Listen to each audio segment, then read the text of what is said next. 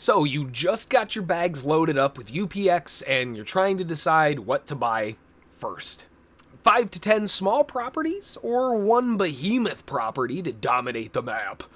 Minting larger properties can get super expensive, especially if you're in some of these southern areas where the mint prices alone can get above 20,000 or even some 100, 200, 500,000 or more. So is it worth it, right? Is it really worth dumping all of that UPX into one property? Hey there, John Henry here, SSFTG. Welcome to the video, I hope it finds you well. Today we're going to be talking about the value of minting large properties in Upland. Massive properties are equally massive investments, right? Especially for new folks. Do you start out with a nice batch of FSA properties for a few thousand UPX, or do you splurge on, some jumbotron behemoth of a property that takes over half the map? It isn't a straightforward answer here, and it really comes down to what you want to do in the Upland Metaverse and how active you plan on being. An inactive investor is someone who buys a property to hold for the earnings. This could be a very long game approach, talking 5 to 10 years or even more. Looking to possibly sell it 15 years down the road for a 10, 15, 20x value, right? Or we're talking crypto, so 1,000x, right? An active investor, on the other hand, is someone who is much more active, obviously, and has time to dedicate to logging in several times a day. And that's a key factor to the active side of things, is that you are literally more active. You have more time to spend in front of the computer watching a little metaverse character float around on a screen. Inactive investors are going to get a huge benefit massively from those big properties. Not that small properties are worthless, they most certainly are not. But if you're just buying to hold for 10 years, you can finesse a few larger properties into a collection and pull some crazy boosts on your APY with the collection bonuses.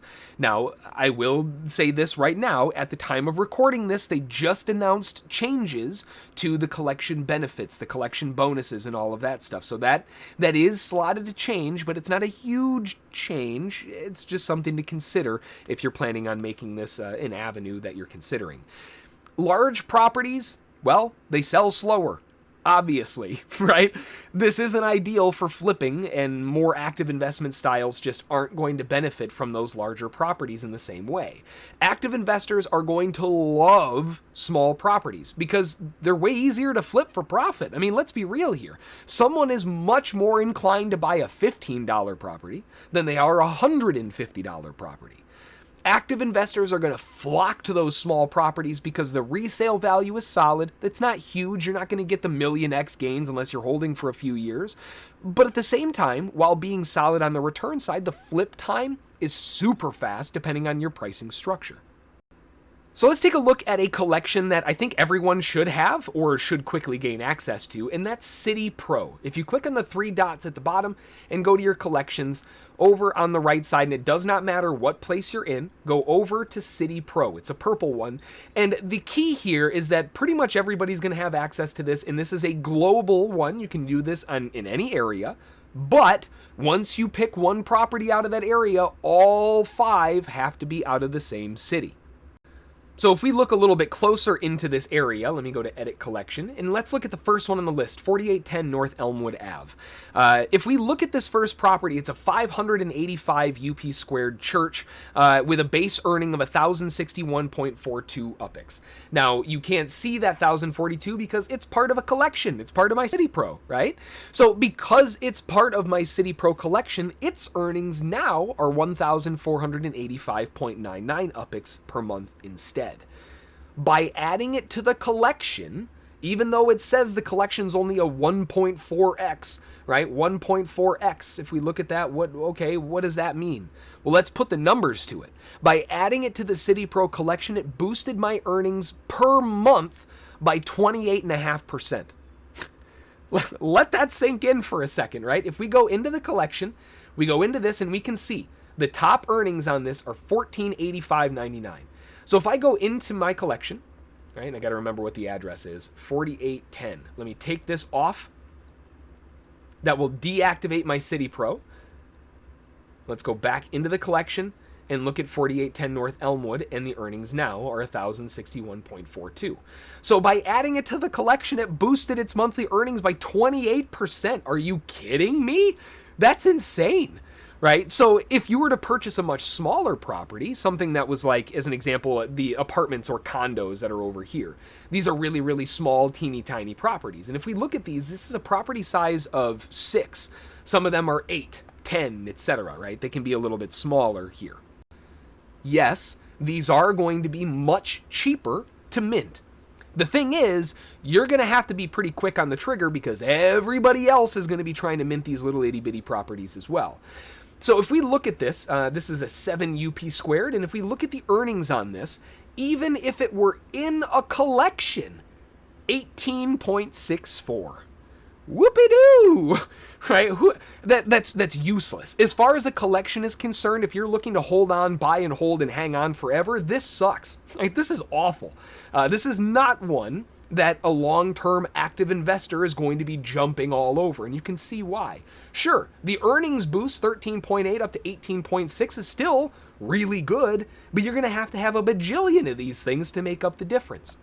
So obviously then, right, the larger properties are going to be more utilitarian for collections. It's a huge perk when we're looking at them, but the problem is they're incredibly expensive. But that kind of gives us our answer, right? That seems to be the answer. Large properties for collections and inactive investments, while we still stay active on the smaller ones. That way we can keep the account growing and moving up in the right direction. That's the strategy that I use, and that's what I use to keep things going forward. That's going to do it for this one.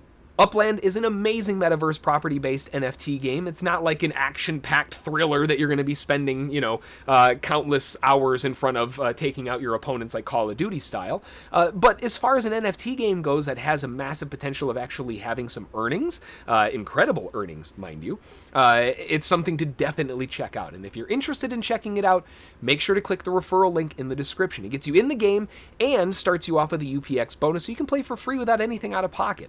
If you do decide to invest, you also have the added bonus that they add because you use the link, so it's kind of a no-lose situation. If you're interested in learning how to day trade for a living so that you can ditch the JOB, just over broke, for those of you who don't know what that acronym is, ditch the JOB and allow you to hang out at home and play NFT games all day with me and the other VIPs, check out the 1-week trial that we have for the VIP Live Trade Room. You can register for that on the main page of ssftg.com, and when you do, you also get our 24-page guide on risk reward and the availability to schedule a call with me so you can take care of any of those questions that you may have there. If you do have any questions, though, we do go live on YouTube every day at 1300 Eastern, most every trading day, so make sure to stop in there and hang out with us for the rest of the afternoon crew and see what's all going on. We hunt for S&P 500 scalps, NASDAQ scalps, all that fun stuff, and maybe a little bit of Upland mixed in there too. So that's going to take care of it. Have an awesome day, and thanks for watching. We will see you all in the next video. Have a good one. We'll talk to y'all later. Thanks.